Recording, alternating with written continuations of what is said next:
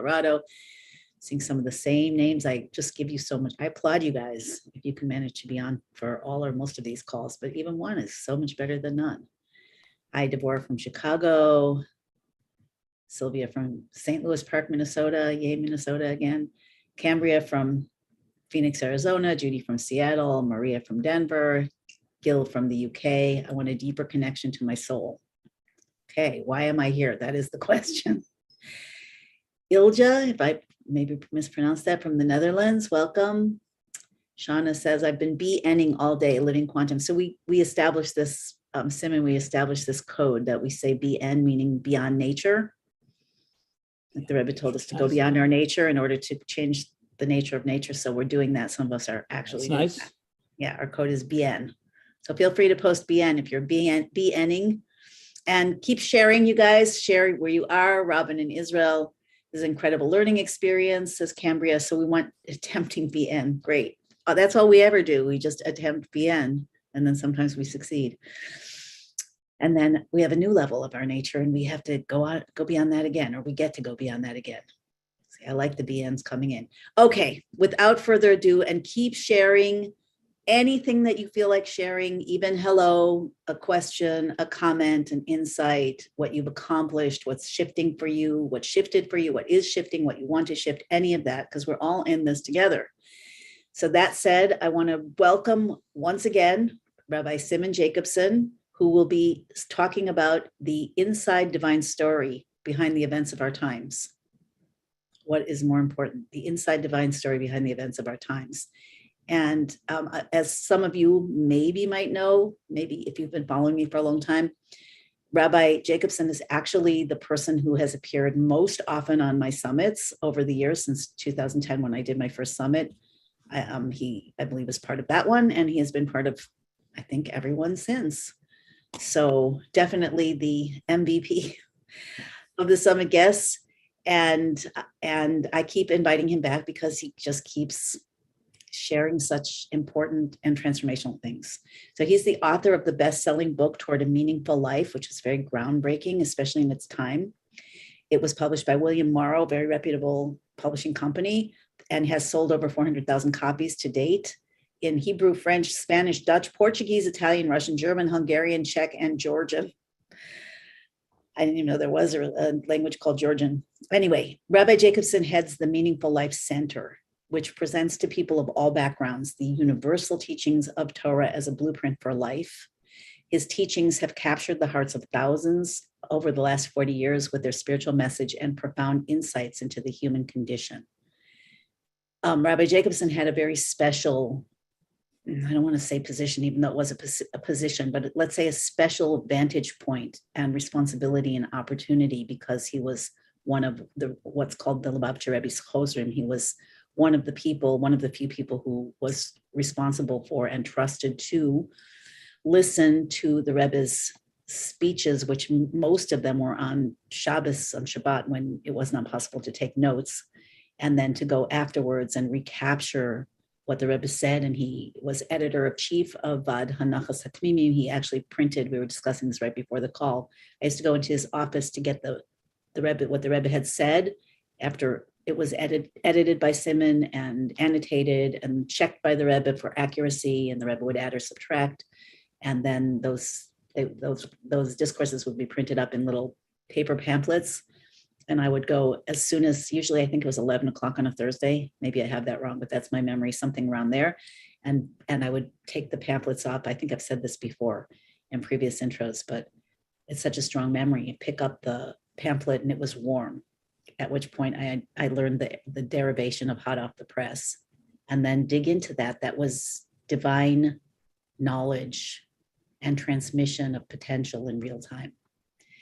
So that is part of what Simon carries in his life, in his work, in his knowledge, in his commitment. So it's a very special privilege to be able to have that firsthand connection from somebody who's really from the inside.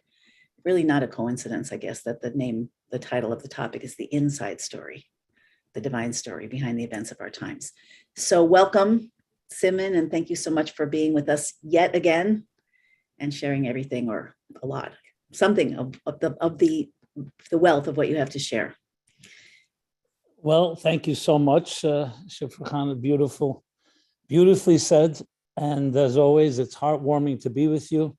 Yes, we've been together on this journey, and it's an honor. And especially, you bring together such a diverse audience from all over the world. Just a few that you mentioned is always just a testimony to the universality and also the resonance of this truth. And I liked how you put it, hot off the press, right? Heartwarming, not just warm physically, but also spiritually and emotionally and psychologically warm. So I think that lies at the heart of everything. It's not just academic discussion, but it's about bringing more warmth and light into our hearts and souls and to the entire world. Yes, what is redemption if not that?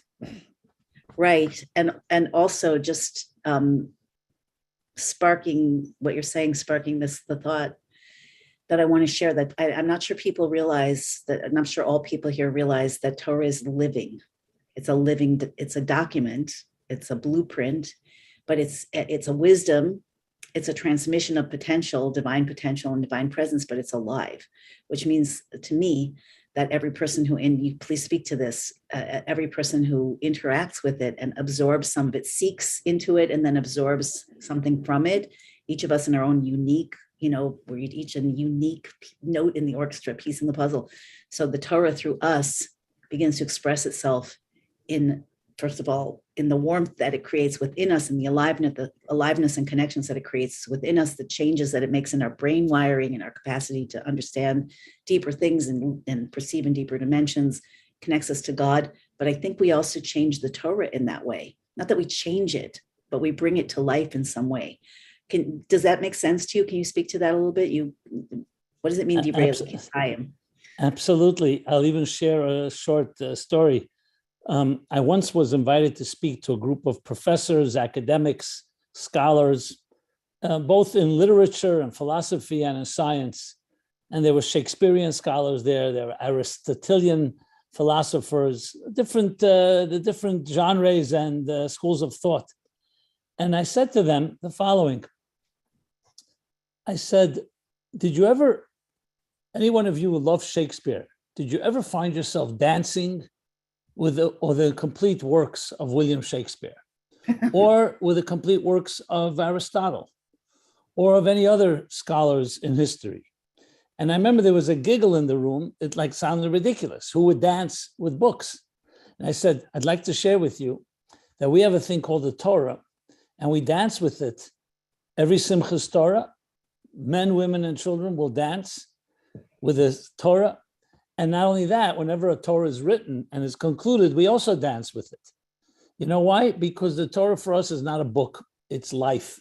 We say in the prayer, Chayenu v'orech yameinu, it's our life and our sustenance. And that's a very different type of book when you dance with it. It's sacred. And as a matter of fact, at a different talk I gave, a Holy Torah book fell down on the floor by mistake, by accident. The table shook. And I picked it up and I kissed the book.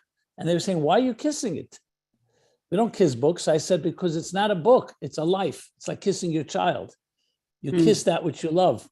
And it was left a very visible impact that it's not a book, but it's a living Torah, as you put it. It's a living organism. In sad times, we ran into synagogues that were being burned to save a Sefer Torah, just as we would run in to save our own child. Because even though you can write another Torah, you can write another scroll, another book, but it's not a book, it's a life. And there's nothing like that.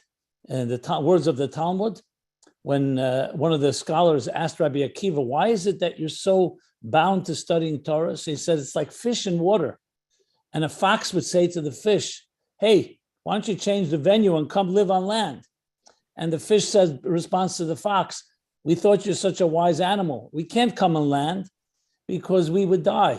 Water is our sustenance, and Torah is compared to water. So I can't say enough about this point. The bottom line is, it's not just a dry book. It's not academic. It's not a book of stories or history. It's a living document. It's a living life that actually is a blueprint for life. And when you understand and read the Torah properly, it will enhance your life and you'll have plenty to dance with and celebrate with. And it's fascinating that and so telling that the levels of Torah, everything given to Moses on Mount Sinai, with the direct download and the codes and so forth and the transmission, but the way that Torah is revealing, unfolding itself from within through us, through our interaction within it, and revealing God, the revelation of God also unfolding from within, and the revelation of our own inner selves unfolding from within through connection with the Torah. It seems like all kind of the same thing. It's synergistic, maybe more than synergistic. Yeah. I mean, you could also look at it like an X-ray of the soul, an X-ray of the cosmos, that when you look at the Torah, you get a picture, a snapshot, a CAT scan, if you wish, of God's mind that shapes all of existence. So it's like a roadmap that helps illuminate the different components, the DNA of who we are and what makes us tick, and how we can bring healing, light, and redemption to ourselves and to the larger world. Amen. So maybe we can start diving right into the topic of today. If you could just give an overview and there's some new people here for sure. And then there's some people that have been, hearing you for a long time, and other Torah speakers and sources. So let's dive into what is the divine story of our times? What's different about now? What's the potential about now? If there's one focal point, Absolutely. Let's dive in. But I'd like, if you don't mind, just to give one or two introductions, because It helps put things into context. You always have to know what your assumptions are and your axioms, so we're on the same, we understand where we're coming from. I always find that approach is always more meaningful and more a richer approach rather than just assuming things. That's very true. Yeah. So I would say two key things that are important to remember. First, let me just say something about the Torah itself. The fact remains, sadly, that the Torah is maybe the best kept secret, meaning that when you read it, many people see it as biblical, archaic, historical, but what most don't even know is the best-selling book of all history. In all of history, doesn't even hit the best-selling lists because it would just always be number one. So the Torah is not just a book of archaic events. It's, as I said, a book of life. And I say that because if any of the listeners, any of us may not have been exposed to it, when you read it literally, it could sound like a story of the time of Adam and Eve in the Garden of Eden, the stories about Abraham and Sarah, the story of Exodus, the travels through the wilderness. But there's a beautiful expression, and I think it's a good basis of our conversation here, is the Torah is not, as people think, a story down here that alludes to things up there. It's actually a story about up there, meaning a spiritual story, and it speaks in the language of the human being. In other words, even though the events actually happened, but they're also profound metaphors and archetypes of events that are happening right now that we don't always see on a surface level. And that leads me to introduction number 2, and that is, what you see is not what you get. The world as we see it is like the tip of the iceberg, for lack of a better way of expressing it. It's surface. We live our lives moment to moment, try to survive, try to make ends meet, but we don't see the inside story. We don't see the inner narrative necessarily, the poetry, the music, the deeper the puzzle and the mosaic. I think it was Kierkegaard that said, we must live our lives, we can only understand our lives backwards, but we must live our lives forward, which means we see the moments, moment to moment. Sometimes you can connect a few dots. Sometimes you see some pattern, but you usually don't see it until you either have a bird's eye view or looking in retrospect, and we look back and say, oh, wow, that failure that happened to me 10 years ago, I went bankrupt, actually led me to build a business that I would never have built and never been as successful. You can never see that beforehand. So one of the beautiful things about Torah, and here I want to just address the words you say, prophecy, for example. I actually like the word visionary. It just sounds more contemporary, and it's actually more accurate. The Torah gives us a vision, which essentially is a prophecy, a vision of the bird's eye view. So when you look into the Torah, you will see patterns. And then when you look at history through that lens, everything takes on a different shape. It's literally seeing the dots, seeing it all connecting, seeing the ups and downs, and coming away with a bigger picture. So with those two short introductions, I would say, where do we stand now? So let me put it in the Torah context. This would be the vision, the lens. If we were to look through the telescope or the microscope for that matter, microscopic or macroscopic picture, here's what we would see. The world from the beginning of time was always meant to achieve full integration and full harmony between spirit and matter. However, the way the universe is created, and I'm using a Kabbalistic concept called tzimtzum, concealment, that the divine plan and the divine consciousness was concealed, and therefore we were given free will in order to be independent consciousness, independent selves, to choose correctly. And unfortunately, sometimes we will choose self-interest over the bigger spiritual story. We'll pursue our own personal needs over transcendence. But in truth is that the narrative of history is really the pursuit and the seeking of inner unity. And even a scientist would tell you that. We're looking for unity. We're looking for the unified field theory. We're looking for principles that unite fragmented phenomena, that it's not a world scattered in all disjointed ways, but there's a unifying element, there's a unifying story that connects it all. However, think of it like musical notes in a grand composition. They're all part of a pattern. They're all part of a mosaic. They're all part of a more beautiful symphony. But imagine the musical notes had free will. And one musical note decided one morning, you know what, I have to get a coffee and I have my own needs to take care of. And it chooses not to be part of the symphony. So we human beings can, I don't want to say mess up, but we can definitely distort this narrative. But the narrative continues. So the Torah's perspective on life is this. There are 8 billion people on this planet. Each has a unique spiritual destiny, and we're all indispensable musical notes of a large symphony. And our choice is, are we going to join together in harmony, and the harmony within diversity, to fulfill that inner, deeper narrative of our personal lives and of our collective lives? But we have free choice. So the Torah looks at the world in general as a narrative that is continuously evolving toward a more harmonic and a more synchronized reality. That's why you find, if you look at the trends in history, you'll find the world today far more peaceful, far less violent, far more free, and far more tolerant than ever before. I'm not suggesting there aren't problems. There are plenty of challenges, but you can't compare it. Steven Pinker, the famous Harvard professor, has a whole entire book, and he doesn't even write from a perspective of faith. He explains that statistically, crime, war, violence, death has all plummeted. If you look at the trajectory from the Torah spiritual perspective, is because the world has, over the years, sometimes in very difficult ways, through war, through pain, through suffering, through oppression, but also through beautiful epiphanies and realizations, ultimately the world has become a more refined place.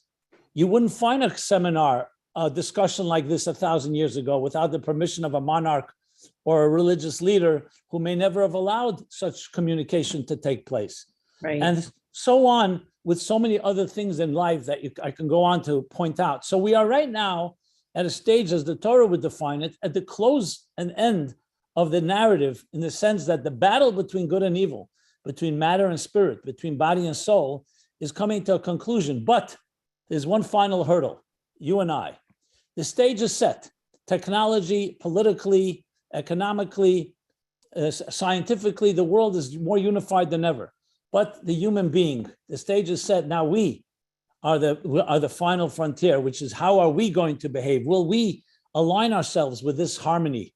Will we align ourselves and recognize that the narrative going on behind the scenes is dependent on us writing the final script and of the unfolding drama leading to that full harmony and full integration?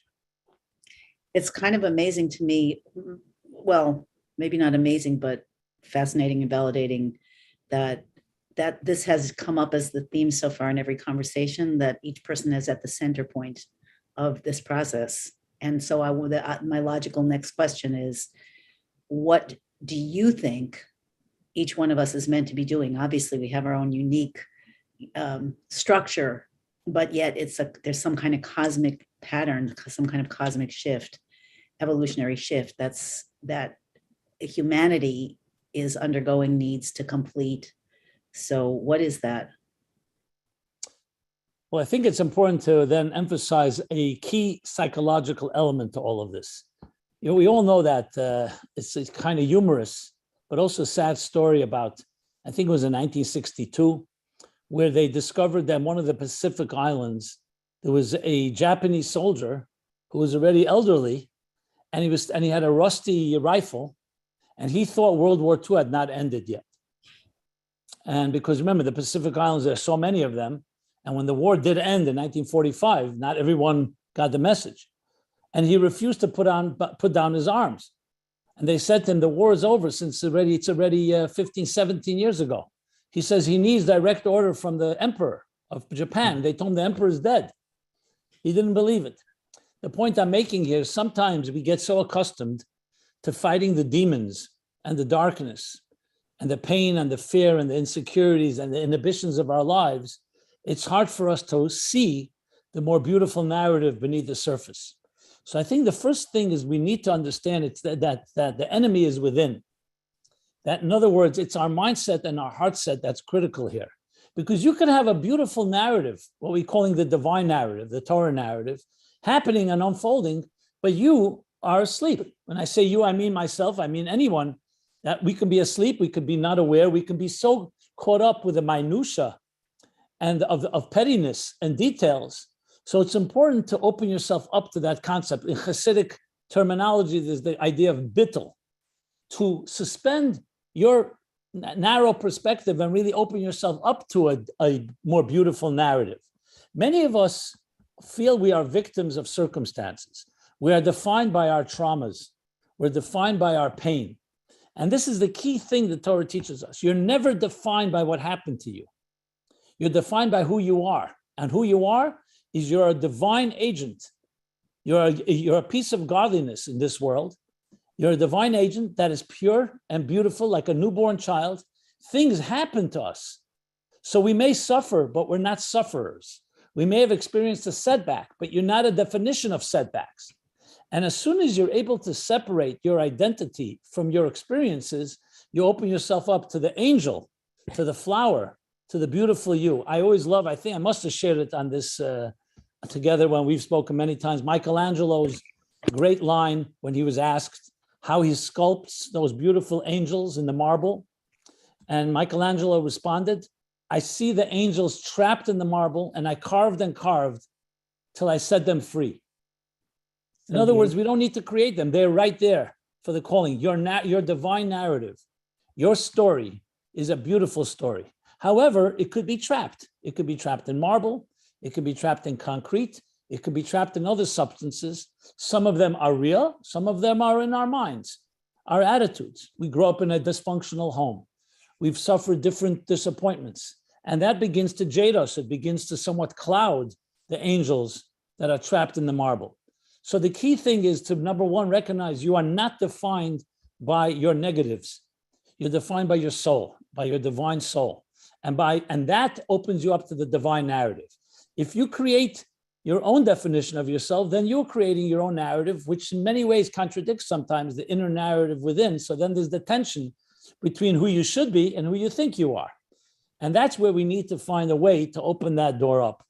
And that comes down to real practical things, which maybe I'm going a little too long, but let me just say practical actions, thoughts, and speech that we can implement in our daily lives, where we allow ourselves to, number one, free ourselves from those trappings, and two, open ourselves up to the deeper angels and flower and music that we truly are. And I can go into some detailed suggestions whenever you're ready. Yeah, I'd like to do that a little bit later, unless people have an urgent question about it now. It's really important, but I want to keep this going with this flow. You said something just now. I don't know if you meant it the way it hit me, but you said that we're sometimes trapped in the distinction between I don't know if you said it exactly this way, but who we think we should be and who we think we are. What I saw when you said that is that this is where our life tends to be lived in this range between what we think we are, who we think we are, and who we think we should be, all those frustrations, disappointment, trying to fix ourselves. And what you're saying is, I think what you're saying is, know that there's something so much deeper than either of those. It's not about what you should be. It's not about who you think you are. It's about who you actually are. And that already exists within you. Is that correct? Yeah, I mean, it's part of what I meant, but there's more, but I'll elaborate a moment. So I think it is important to emphasize. It's just so telling to me that, I mean, it's so poignant, problematic. Yeah, because just practical example, I counsel many people, I speak to individuals, and so often their own picture of themselves is one that's very distorted.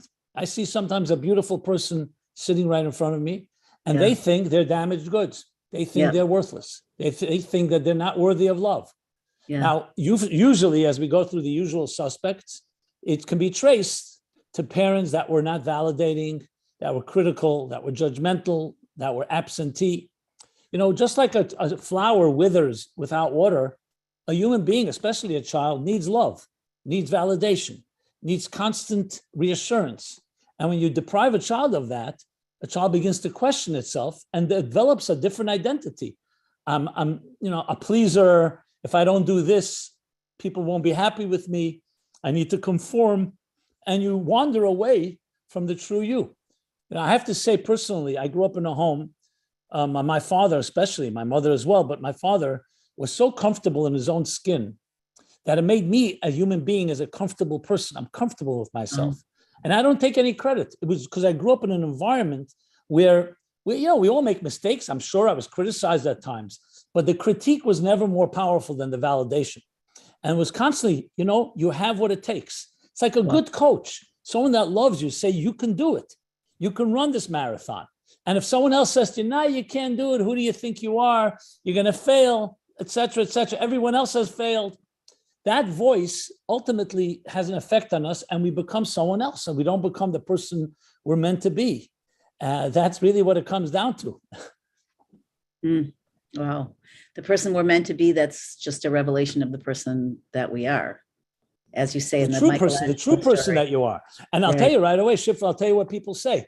You don't really know who I am. If you really knew who I was, you'd see that I'm not as good as you think I am. Yeah. In other words, people start identifying themselves by their uglier side and by their negatives. And I always will respond. I say, maybe you don't know who you really are. Maybe you've only been exposed to a part of yourself, and there is another narrative. There's another story. I'm not taking away from the negatives that happen in your life, but is that you're ready to say that you have the final script? You know exactly who you truly are. We don't even know about our physical body, everything, let alone about our potential souls. It's true. It's so true. So why is it, obviously we're designed the way we are, this whole pattern, this whole war between our identity and our true self and the culture, whatever the culture, this whole thing that we're in has exile and redemption in it. Why is it designed this way? What's the deeper inside story around that? Why are we set against ourselves and each other by the very nature of our being, of our identity being? Yes, the $1 billion question, right? Well, let me quote a Talmud, an interesting Talmud. Let's make this a little more controversial, okay? A little more provocative. Yeah. The Talmud says that when Moses was standing with God on the mountain, and God was dictating to him the Torah. And then suddenly comes an expression. It says, after God creates 6 days, the 6 days of creation, so the world is ready. Now God says, now let us, in the plural, let us create the human being.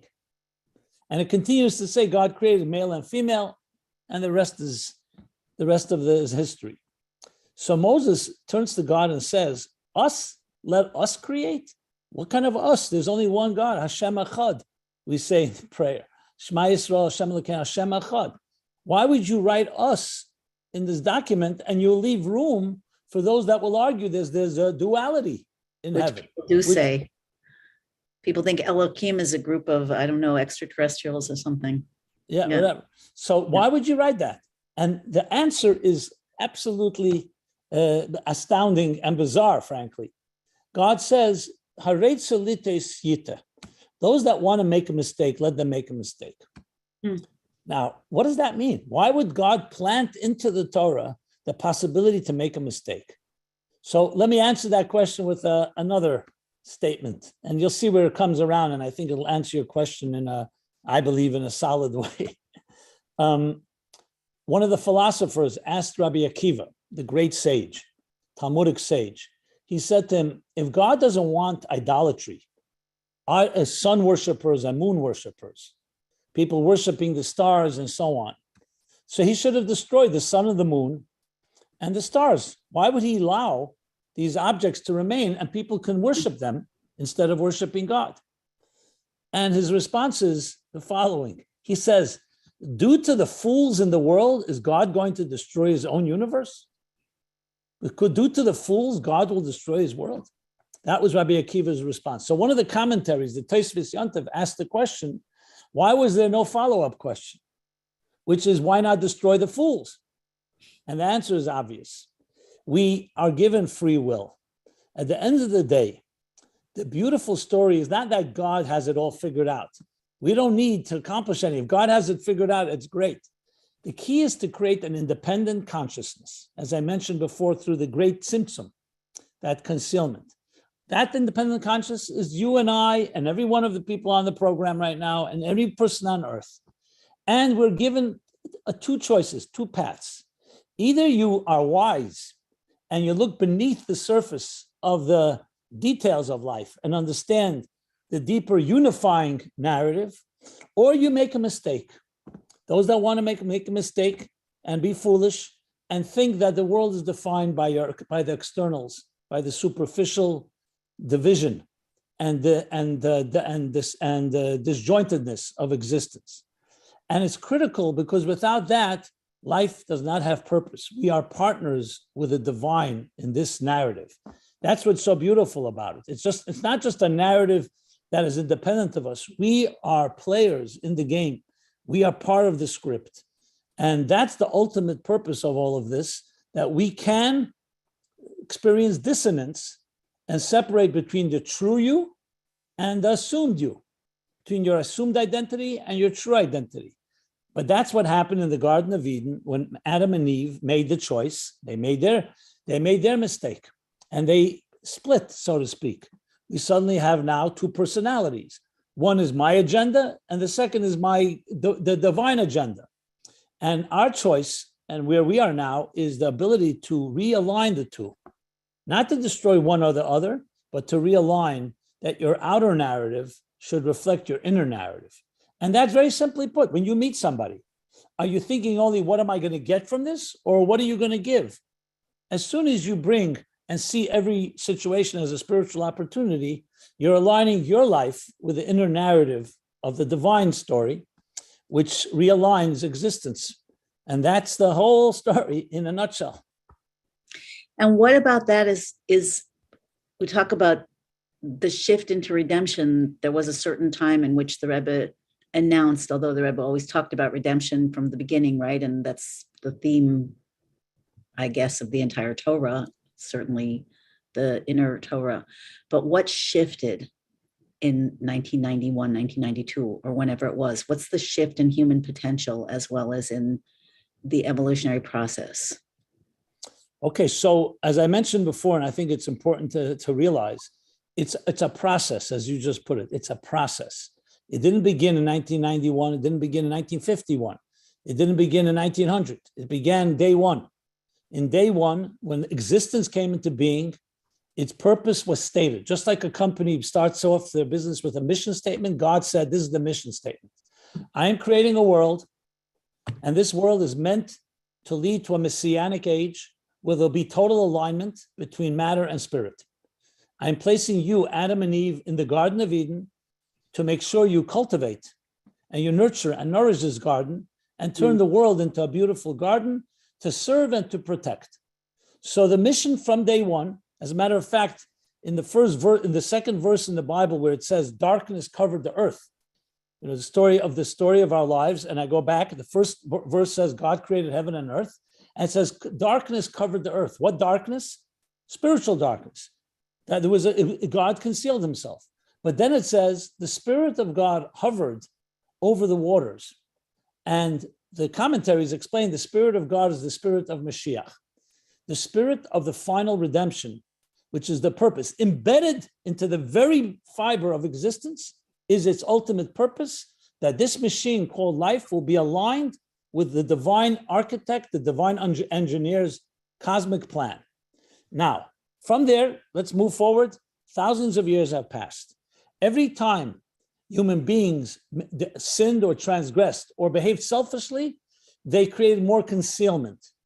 Every time they did a mitzvah, a good deed, which also means a connection, they brought light into the world and they aligned the universe. Now, fast forward, go now thousands of years of hard work. People gave their blood, sweat, and tears, dedicated to virtue, to justice, even when it was extremely difficult and not popular. That, in many ways, revealed the beautiful angel that I was speaking about before, that integration. The Rebbe, with eyes of a visionary, the eyes of a prophet, was able to see, as any good visionary is able to see, these forces at work, and recognized that the freedoms that began actually with the founding of the United States almost 250 years ago, began with monarchies falling and countries being driven by human rights and freedoms, like all people are created equal, and we have a Bill of Rights. And that message began to spread, not just in one country, but all over the world. And it continues to spread. There's an interesting organization called Freedom House, where they constantly take statistics, and they show more and more countries are embracing these divine biblical principles. So with the Rebbe's eyes, seeing that pattern continuously evolving and continuing after World War II, which was the last moment of tremendous violence, tremendous death. Over 120 million people died in the two world wars. Then seeing that in 1945 approximately began a new age, a renaissance, both of Jewish life and in general, human life, a rebuilding, a prosperity, seeing all of that continuing to evolve. And then finally, with events happening in the East, in the fall of the Soviet Union in 1990, which was the last empire, you can say evil empire in a way, because it was a prison. It didn't let anyone out. That was another moment that was a recognition of the patterns that I've described. And with that, the Rebbe said that we are coming first closer and closer to the threshold of reaching that stage where spirit and matter, basically heaven and earth, godliness and existence, will become completely one again, as it was in the beginning of time, and leading into the Messianic age. So the Rebbe saw the events both in the Soviet Union and other events in the Persian Gulf, and other events in general, humanitarian aid, seeing armies, military being used instead of war, the fulfillment of the prophecy that your swords will be turned into plowshares, and other such prophecies in the book of Isaiah and other biblical books, saw it manifesting in reality. It was no longer a theory. The idea that the world will be filled with divine knowledge as the waters cover the sea, another prophecy in the book of Isaiah, seeing the age of knowledge, the information revolution, technology, and many other signs, all demonstrating not an event, that the process that has been going on for thousands of years is coming to fruition in front of our very eyes, that we're able to now unite in ways we could never unite before. And we still have choice, because we still can make the mistake, as I pointed out.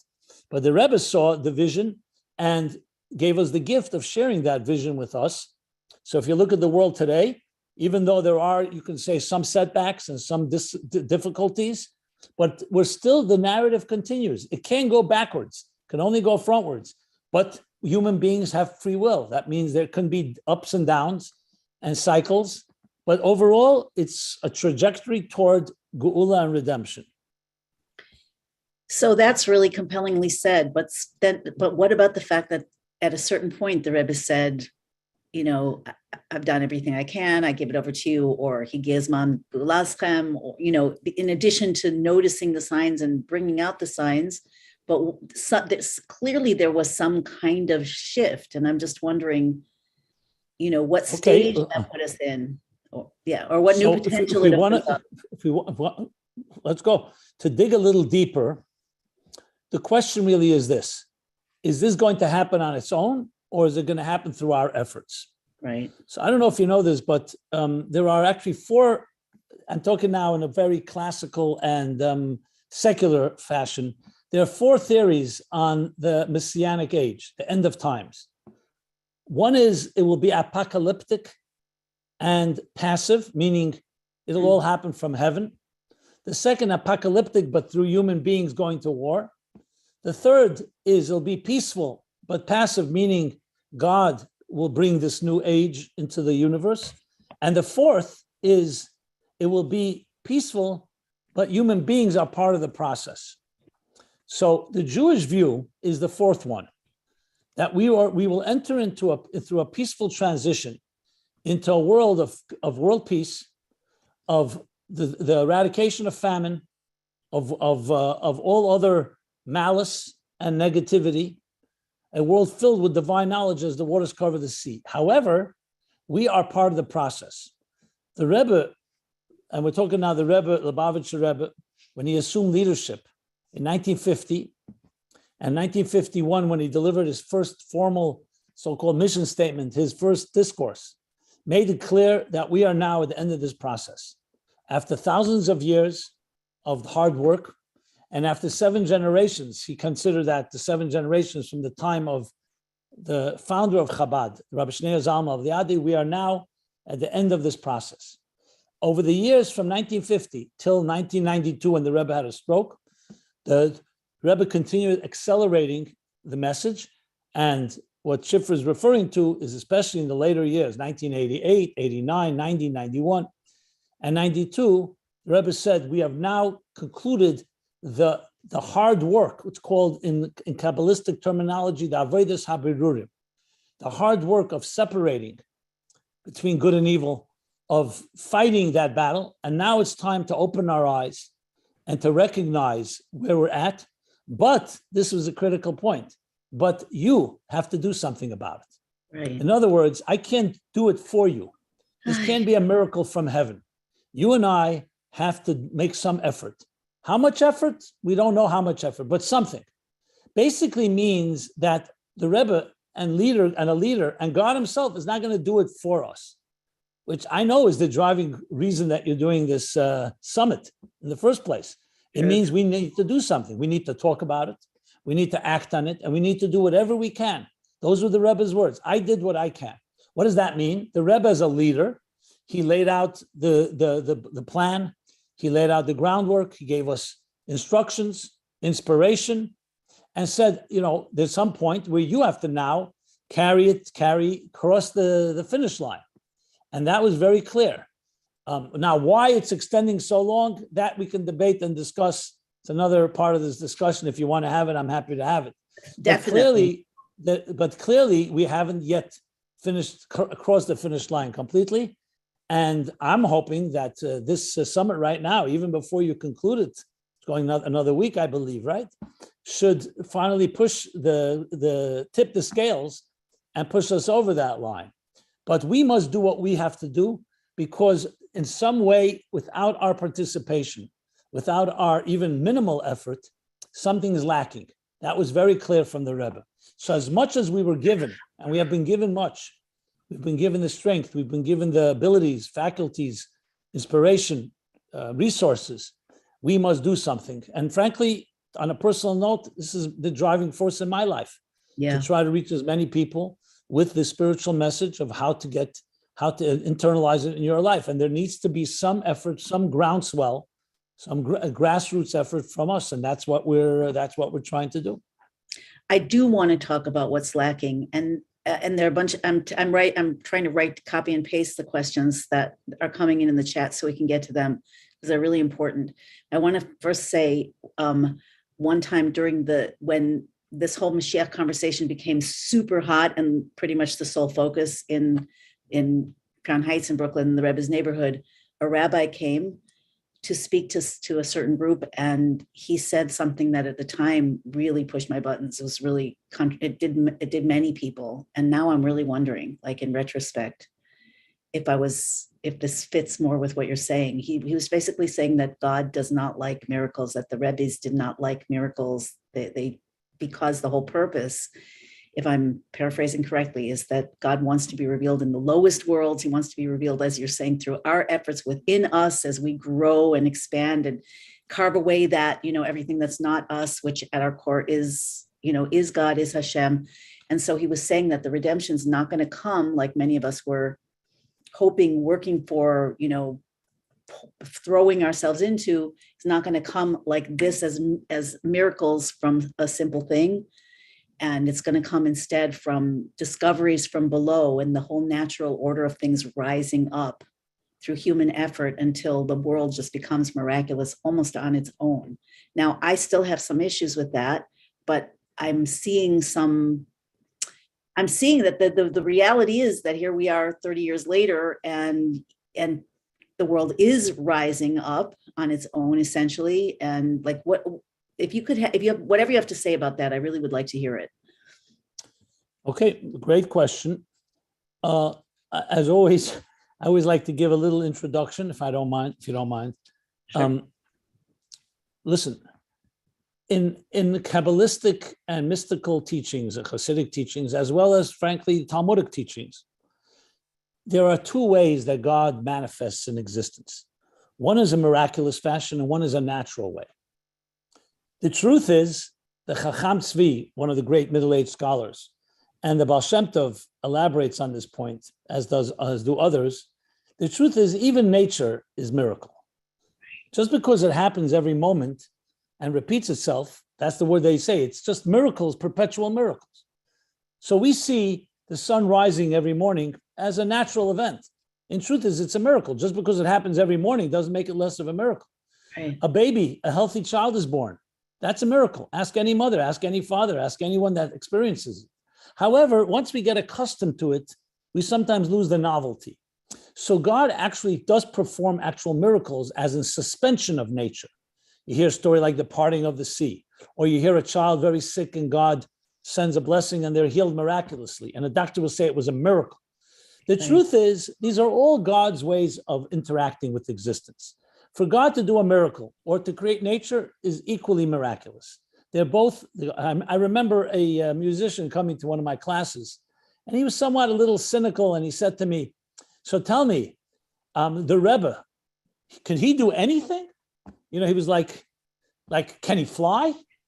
So I said to him, I never seen the Rebbe fly, but you have to remember that for the Rebbe, walking on earth was just as miraculous as flying. And I remember later he told me, wow, he never thought of it that way. So you have to remember, these are just different ways God, for us, it's more exciting to see someone fly. I understand that because you don't see it every day.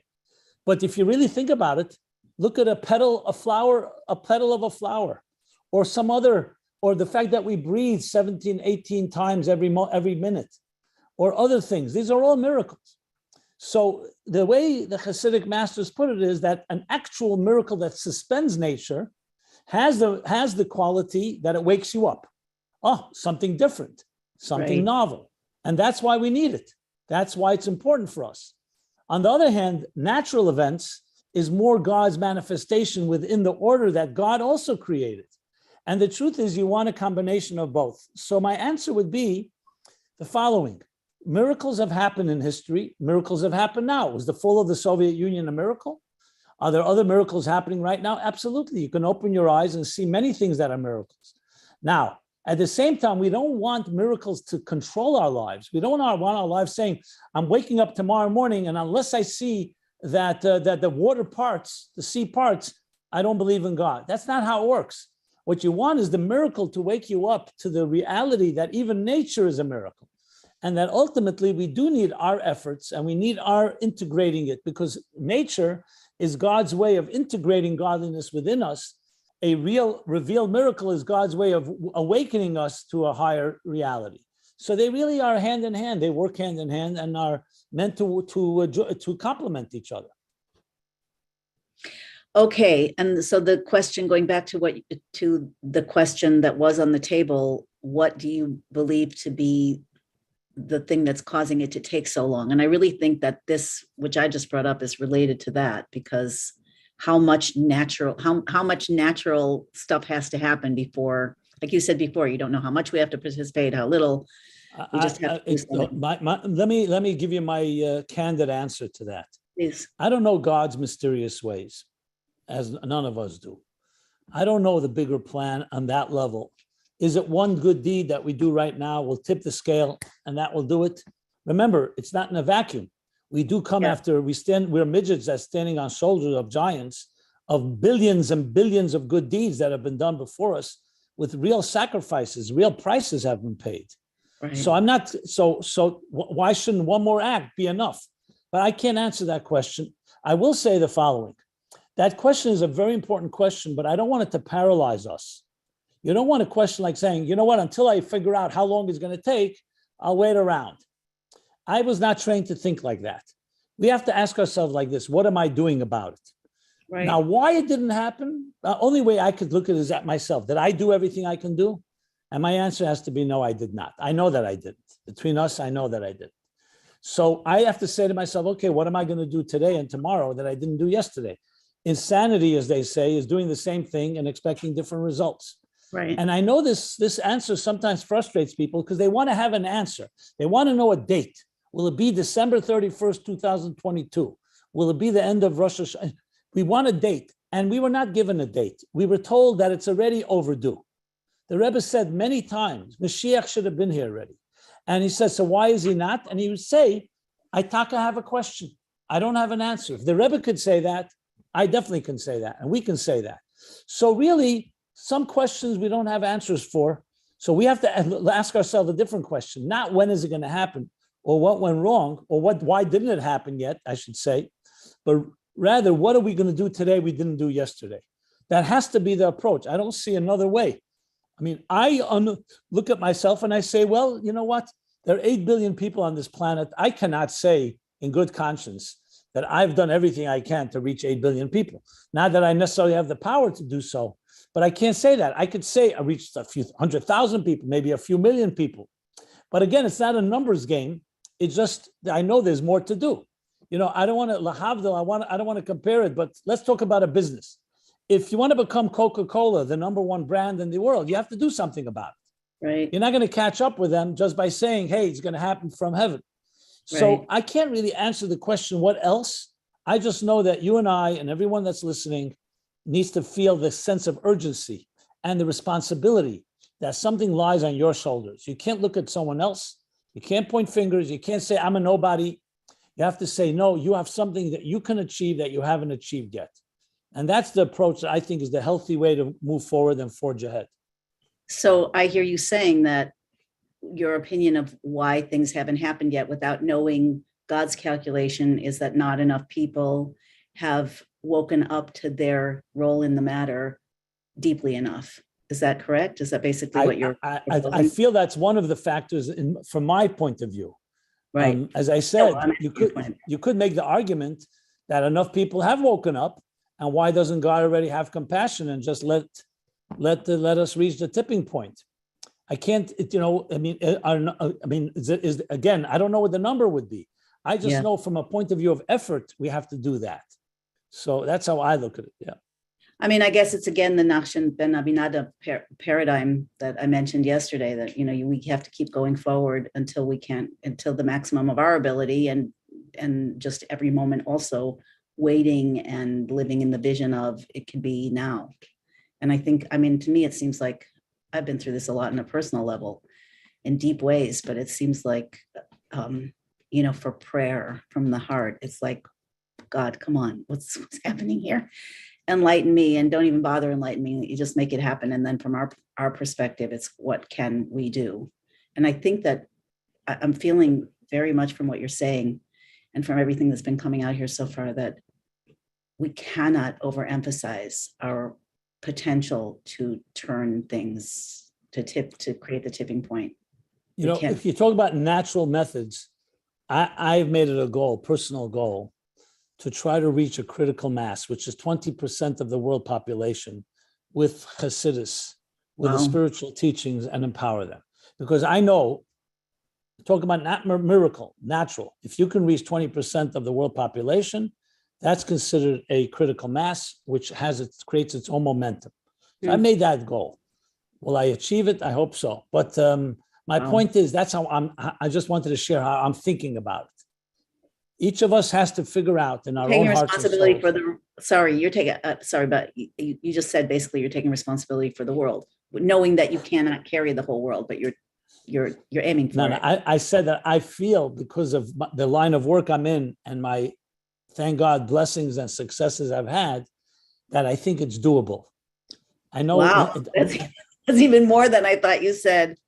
That's how many people is that? 1.5 billion, more or less? I think 1.8 billion, maybe. Oh. Why not? How do you propose to do that? It's going to be more than a summit. More than a summit.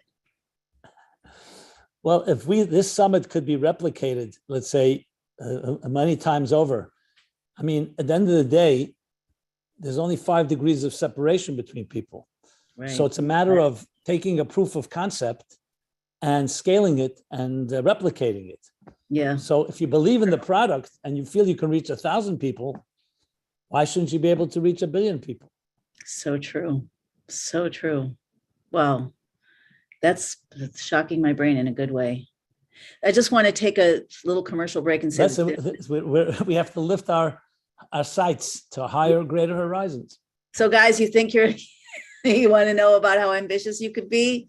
Here's a good example. And obviously we don't have to do anything alone. I mean, we're partners with the creator. So we should have some resources that we might not know about coming into play. So I just want to let you know, I want to make sure everybody sees there's a little conversation on the side about miracles. And Shoshi said, I believe, that she was underwater for 40 minutes and then lived to convert. And Toby posted a story about a woman who fell off a cliff 50 feet and hardly injured herself. That was on, I guess, CO Live or something, or Chabad News, something today. So yeah, miracles abound. Amazing. The main thing is that you should use the miracles to motivate you to do something, not just to say thank you. Did you always feel this? Gratitude is a big one, but in addition to that, should inspire. God is real. God is real. And, you know the Chabad story about miracle? You wanted to take a break for a moment? I'm not sure. No, that was my break. That was my break, just to share those miracles. But feel free to go where you want. I have a bunch of questions here, but just feel free. So there's the classic Chabad story about miracles, where one of the Hasidim came to the Alter Rebbe, the founder of Chabad, to the city, and he said, "Where are the miracles? I hear there are miracles all over." So the Rebbetzin, the Alter Rebbe's wife, said, "The miracles are so plentiful here; they're rolling around under the benches that nobody even bothers to pick them up." So there's a classic story of 3 Hasidim sitting around and comparing the miracles of their Rebbes. So one of them says, "My Rebbe, my child was very sick, and all the doctors gave up hope, and the Rebbe gave a blessing, and my child was cured. That's my miracle." The second one said, "I was very poor. The Rebbe suggested I invest somewhere, and I became very wealthy. So that's my miracle." And the third chassid, his name was Rab Shmuel Gerari, he said, "Well, I had a lot of money, and the Rebbe told me to invest it somewhere, and I lost all of the money." So the other 2 chassidim said, "So what's the miracle?" He said, "The miracle is that I remained a chassid. That's the miracle. There are miracles that I remained devout and connected to my Rebbe." In other words, though miracles definitely elevate us, but they can't be the main script of your life. We don't rely on them. We know they can happen. And when they do happen, they're unbelievable, empowering. But you also want to integrate it. You want to internalize it. Because if you don't, the miracle's power will pass. Every inspiration dissipates. And that's what I wanted to just add in the discussion. No, that's really important. And part of what it seems we're revealing is that unconditional connection that the soul, core of the soul, has with God. So the miracles show our consciousness, and the lack of miracles and our persistence and self-responsibility show the connection. It's beautiful. Okay, so and you can even argue that we don't even really need a miracle for the Geula Mashiach to come. we are, after all, spending almost 2,000 years in exile. If it happened 3,000 years ago, you could say it was from above. We did pay our dues. Let's not forget that. So it's not complete miracle if it happens now. The world has, as I said, paid our dues. We paid our price. So, but still, I mean, again, I look at it, it's overdue, but we still have to do what we're here. We have a job to do, and that's what we need to do. Right. Okay, so a few questions from the listeners that I wrote down. Hang on one Let me second. just say this as a station identification, that it's really a pleasure talking to you about this as always. And it's just very uplifting for me as well. I hope for everybody listening. Definitely. And a lot more people will be listening to the replays. People are telling their friends right and left. You guys, keep telling your friends. Keep telling your friends. 20% of the human population. How about each of us bring in 5 people? Start with that. Okay, so Chana from New Jersey asked several times, burning question. She said, how do you know when to move into Netzach, deliberate co-creation? No, here she's saying law of attraction. I don't know. How do you know when to move into Netzach and its opposite end, let go and let God? I think she's saying, how do you know when to try to push forward and how to when to let go? Chana, if that's not what you're asking, then please type that in the chat and clarify. I'm assuming that's the question. People are, yeah, she says, right, perfect. So like, where's the line between trying to change things, productivity, pushing for miracles, like the Rebbe said, we need to go beyond our nature and God will go beyond, like that. When do we push, make things happen, and when do we accept what is? Okay, well, it's posed to me, I assume, the question, right? Of course. Posed to you. Okay. So it's a great question. It's the same question applies to prayer and to every effort we make. Keep in mind that we have a partnership with God. God is gives us life, gives us resources, gives us health, and all the other blessings that we have. Our part is to use those resources and to actualize them into creating a divine home in this world. Simply put, we live in a material university.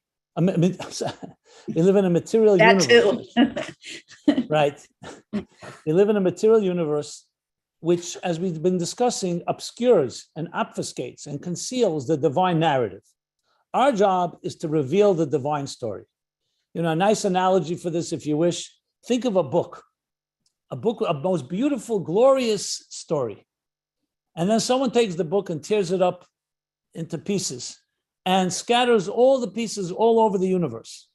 And it's our job is to put together those pieces and reclaim the narrative. Or if you want the music, because it's the same idea with a musical symphony. So when you think of it that way, that's our partnership. So now let's pose the question. How much should we be doing and how much should we be relying and giving up and saying it's up to God? The answer is, as long as you have strength, as long as you have intellect, emotions, as you have the power, you must forge ahead. But remember, God does not ask us to do something that's beyond us. In other words, this is not about not sleeping at night. It's not about getting exhausted and draining ourselves. It's using our strengths as much as possible to everyone you meet to share the message of God, to share a message of light, of giving, of justice, of virtue, to show kindness, to be an illuminating example of what God wants a human being to look like on this earth. We have to keep doing that no matter what. Now, when there's a situation where we've done everything we humanly possible can do, and you've also reviewed it with your mentor, with someone objective and says, yes, I think you've done what you can, then there's some things that we could say, I did what I can, now it's up to God. So that's the whole idea. And you keep on, that balance is what needs to be kept. I don't know if there's a formula exactly how much, case by case. And there are times where God will say yes, I agree, and we'll answer our prayers. We'll answer and respond to our efforts. And sometimes you may not see the response immediately. It may take time. But that's the general gist of our partnership. So I don't know if I can answer, do this and this much and then stop. We keep going. I don't think we can ever really measure it in that way. Yeah, it's so interesting because that seems to be the formula for achieving success in any area. Like people sometimes say, how do I know if because I didn't succeed, I should give up? Let's say a business or relationship or whatever. And generally, when people don't give up, generally the people who create the stellar cosmic results, like the ones that you're talking about, even if in the macrocosm, just don't give up. They keep seeing the vision. They get derailed. They go deeper into the vision. They learn. They regroup, and then find new resources and take it farther. I think that it has to be. That's what you're describing. 40 years in this, and now your vision is to get to 20% of the world. So as we grow, I think the vision can grow, and as the vision grows, we get to grow, and it works together. It seems like. I don't know. That's just right. reflecting. Okay, so you had mentioned. Well, let me ask a community question first. So Gila asks, can you please give some tools as how to feel a happy spirit in a body? And this is from a person who says she's been working to be happy for a very long time. Well, happiness in general, as we know, is a state of being. It's not just an action. It's not like you press a button, happy button, you turn happy. When you're involved in good things, that the byproduct, or I would say not the byproduct, the result of that is happiness. Anyone that makes happiness as an end in itself, like I want to do this and this to receive happiness, will usually not achieve it.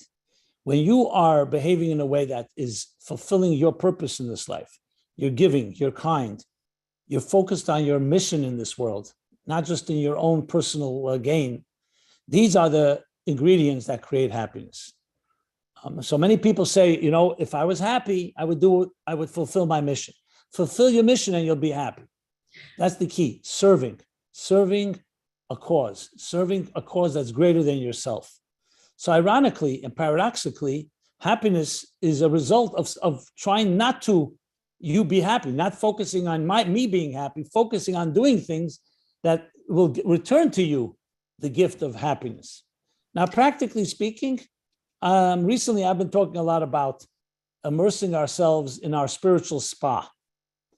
Just like a human body gets soothed by going into a spa, so does the soul. And what is spa? Spa is an acronym for study, prayer, action.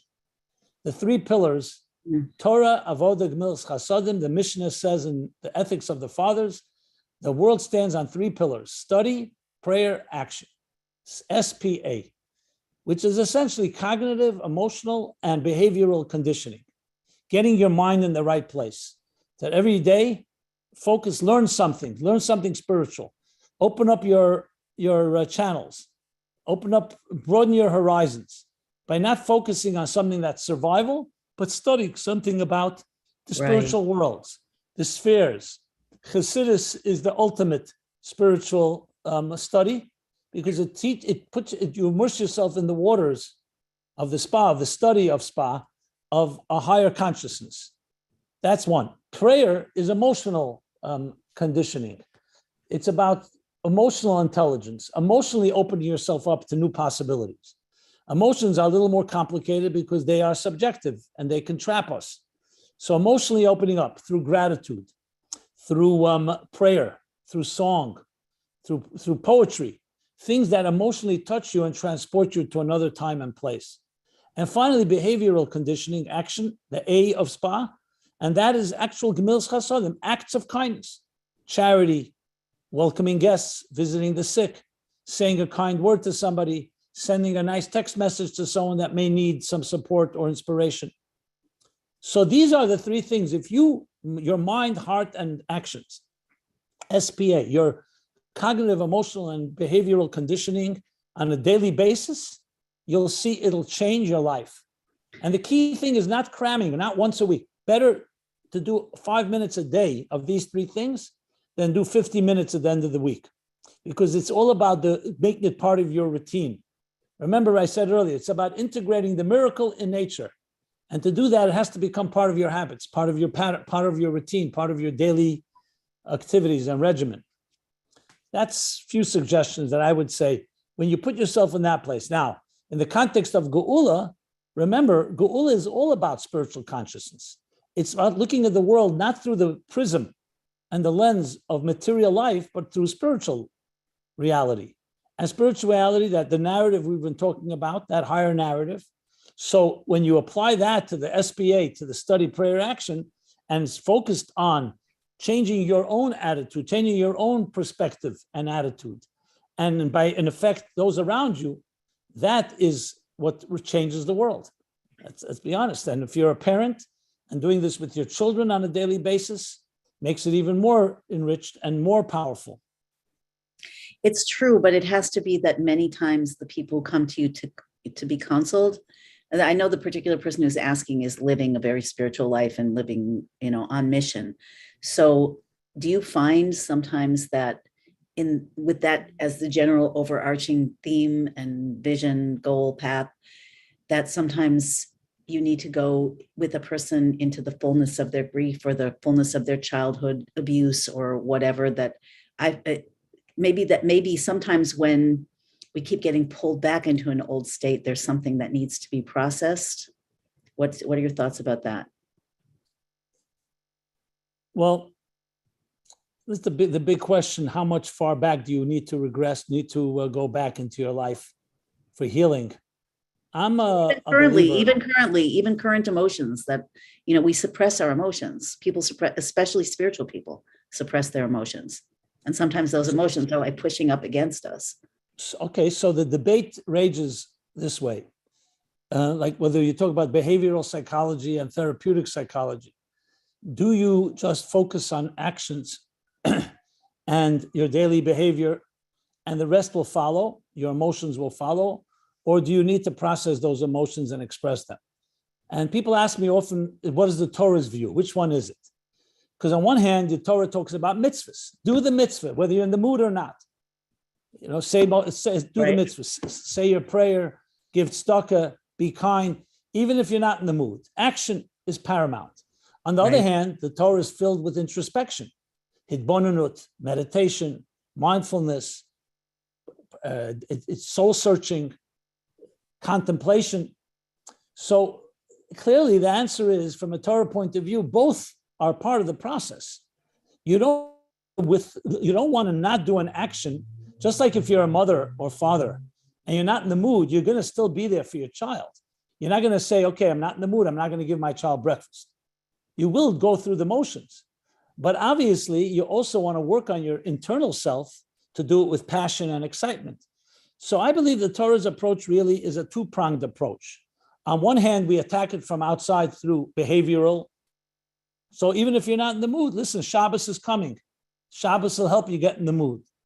And then on the other hand, there's also working on yourself. So my answer to that would really be case by case. I would say it's probably best to talk to a mashpia or a mentor, a coach, someone that you can speak to, because sometimes it depends where you're at. Right. Sometimes it's important to do it even if you're not really there. On the other hand, there's ways of working on it. And I don't have a perfect formula. I think you do ultimately need both. And that's what's called the mitzvah and kavanah. There's the action and there's the intention and the spirit within it. You really want to have both, because when there's spirit, obviously the actions will be far more enriched and far more passionate and far more internalized and personalized. So I would say the following. I mean, the fact is, when you say in the morning moda'ani, to me, it's one of the best meditations and thoughts that you'll ever find. Basically, one-line prayer that says, thank you for returning my soul to me, which is essentially, first of all, a voice of gratitude, appreciation of the gift you have. Secondly, it's affirming the renewal of your contract. God saying, I'm giving you another day. Thirdly, it focuses on the center of your life, your soul. The essence and center of your life, the hub, is your soul. How are you now going to use that soul to spiritualize your day? So these are, to me, are tremendous exercises that can help you go deeper and connect to those emotions. Now, you mentioned, let's say, emotion of people dealing with the fear. You didn't mention that, but I'm mentioning it, or anger, or other emotions that come up. Right. I don't know if we always have to go into a full-fledged war against these emotions. Sometimes you need to look a little deeper, and sometimes you just have to let them bypass you and just dig deeper to find something good to say. But obviously, if a person, let's say, is dealing with rage, uncontrollable rage, or jealousy, or other stuff, then, and it's really disturbing their lives, they definitely have to talk to someone to work it through. It definitely seems like when a pattern keeps repeating, an emotional trigger keeps repeating, no matter how hard you try, that it's, speaking to what you said, that beautiful image of the Michelangelo sculpture, it does seem like it's in part something, are being shown where something is not us. And then it's not suppressing it, because suppressing it means you're keeping it. You have to somehow, it seems like, find a way to change that, which usually to me looks like going into the deeper, feelings and finding space for them and whatever. That's.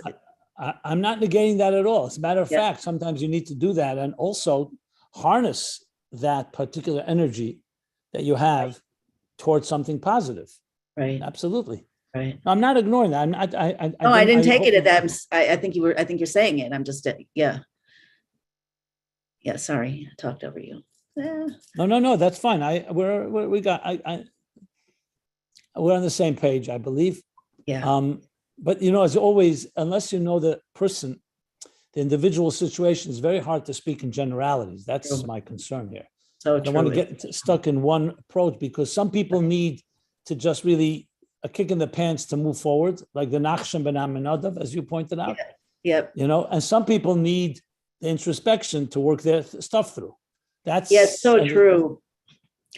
Yeah, so important what you said. You said people need to have some kind of mentor, because if you don't, it's very difficult to know by yourself if you need to kick yourself forward. And sometimes it does feel like that. And then you break free, or if you need to stop doing that and do something different instead to create that freedom from the inside. So yeah, thank you for saying that. It's really very multifaceted and complex and very individual.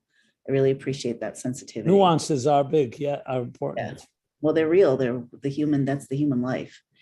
Look, so if I may just say this. Oh, please. To put it in Geula, Golus and Geula context.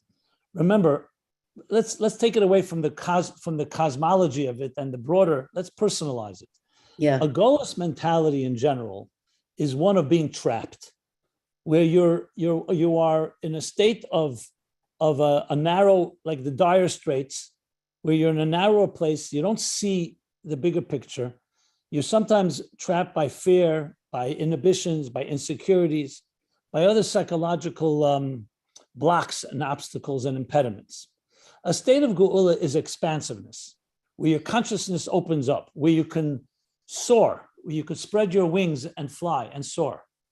And I think everybody can identify in their day or week moments, we'll call it more Golus moments and more Geula moments. A Golus moment is when you don't feel confident. You don't feel I can do it. You feel limited. You feel fearful. You want to just retreat, give up, resignation. I mean, the list goes on. And a Geula mindset is one, no, let's take it on. Let's take on the day, seize the day. Let's see what I can accomplish today. May not be perfect, but I'm forging ahead. I'm thinking big. I'm connecting with people that help inspire me, and I help inspire them.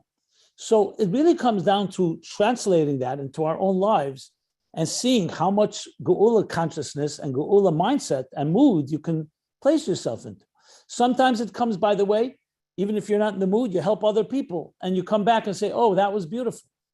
I began the day not so great, but I went out and I served, I helped, I volunteered, I did this. These things create Geula consciousness in our lives. And so it doesn't always have to be necessarily, even though I spoke about 20% of the world population, I maintain that goal. But at the end of the day, it comes down to individuals and giving them those tools and making them feel that way. And that, I think, if we do that on a daily basis as much as possible, that's how we bring the Geula, firstly, individually, and that extends and has a ripple effect on our sphere of influence. And from that, it continues on the butterfly effect on the entire world. Yeah. I'm so glad you said that. And that's so apropos to everybody here. If you're listening live, you're listening by replay, you're listening after the event is over, it doesn't matter, because to reach 20% of the global population, it's impossible pretty much for one person to do that, to reach that level of everyone's listening and everyone wants to hear you and but it's not anywhere near impossible if the people that you speak to get activated and they're like, yeah, I want to be part of this. Let me spread this. Let me bring more people. Let me share the video. Let me share the summon. Let me share the book. Let me share let me share the concepts. And I think that's what you're saying, right? That everybody, that goes back to everybody needs to be activated. Everybody doesn't need to be responsible for 1.8 billion people, but everybody needs to be responsible for what you can do to reach those people, even if all you end up reaching is one, but they will reach another one or another 10 or another 100. Absolutely, that's the key. With the concept of pay it forward, if each person just influences 5 people, and each of those 5, another 5. That's the key. And we don't take ourselves seriously. We don't take that seriously, which is another thing. I think we look at the whole project is so heavy and so impossible. Like sometimes votes are won, of like 100,000 people are won by 10 people. Like, I think if we could, and maybe that's also what it means in a way that one act can change the world, because no act stands alone. So I think maybe one more person taking themselves and their role seriously, not knowing where's the missing piece or where's the influence that needs to be had on someone with, more overreach or, whatever the question that you have an answer to that somebody else needed and didn't have. If we saw ourselves in that bigger picture, like you're portraying here, it would really make a difference. Absolutely. Like, which piece of the electrical wiring that runs a city is inessential? Yeah, and listen, it also comes down to feeling empowered to do so. Right. I find that's the most important thing, feeling empowered. Many people feel like that. Who am I? What am I? I've been beaten up. If I can make it through the day, I'm happy. Right. They have given up many ways on their dreams and on their possibilities. And I think it's vital. I mean, to me, when I personalize Geula in the deepest way, it's about possibilities, that really everything is possible and that there's no summit that can be reached. And there's nothing that cannot be achieved. Now, obviously, this doesn't mean, this does not like illusions of grandeur or type of delusions of thinking, the type of immature idealism, but rather a serious commitment to that things can be better and you can make your world and the world around you a better place. Really beautifully said. This is so important. Okay, let me just see if we can get to 1 or 2 more questions here, because I do know that you guys really want your questions answered. So, sure. Okay, this is one. You talked about the 4 possibilities, the apocalyptic and ending, and we're passive in it, people going to war and fighting for it, but it's still apocalyptic, that we're passive and God does it and it's peaceful, or that it's peaceful and we're active. So somebody asked a question about the apocalyptic end, and this actually came up yesterday. Is it possible, I'll just read the question, could an apocalyptic end be simultaneous with a peaceful end, depending upon the person's perspective and personal experiences of Hashem versus the experience of the cosmos as void of the divine? In other words, are we each in our own bubble of creation where we get different results based on the awareness that we have and the experiences we choose? That's me rephrasing it. Yeah. Well, taking into account, I'll add another question to this and then I'll answer both. Take into account, when you look at some of the biblical stories about the future, the Messianic age, it talks about apocalyptic events, wars, bloodshed, violence. But the key thing to always remember is this, that history is one continuum. We talk about a narrative. We were talking about the divine narrative. And the narrative is such that we are all part of a larger organism, not just that we're all musical notes in the symphony of our time, but it's in the historic symphony. So the fact that apocalypse has happened in the past, and I don't need to go further than World War II, for the Jewish people, for sure, the Holocaust, but for the entire world. And then you go back to World War I, and you go down to the wars that raged through the Middle Ages. So we've gone collectively through apocalypses, both collectively and individually. That is why we're told, and I'm quoting now the Rebbe, I'm quoting other mystics and other great visionaries and great leaders and sages, that apocalypse, that part has been taken care of. We're finished with that stage. Now, obviously, we understand that individuals suffer personal tragedies and losses, and I'm not minimizing that at all. I cannot explain it. I don't have the answers for it. So clearly there are still such, so we'll call them personal holocausts. But overall, we have gone through this, and that's why we're promised that we don't need to go through any form of apocalyptic, because that's been covered. Essentially, what's called in the language of it's the language of Hasidic thought is sur mara, which means the negative has been eradicated through all these apocalypses. Now is the time to reveal and experience the beauty and the goodness, the angels that are emerging. So even though we can't say there is no work to be done in still carving and eliminating some of the negatives, but the primary work today is to reveal the fruit and the angel within.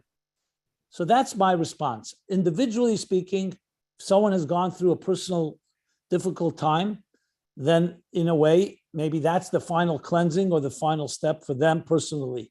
But collectively and even individually, we have generally gone through that apocalyptic stage. Okay, now I have to ask something that is also provocative and I think so important. So far there have been, besides me, there have been 1, 2, 3, you're the fourth rabbi speaking in the summit.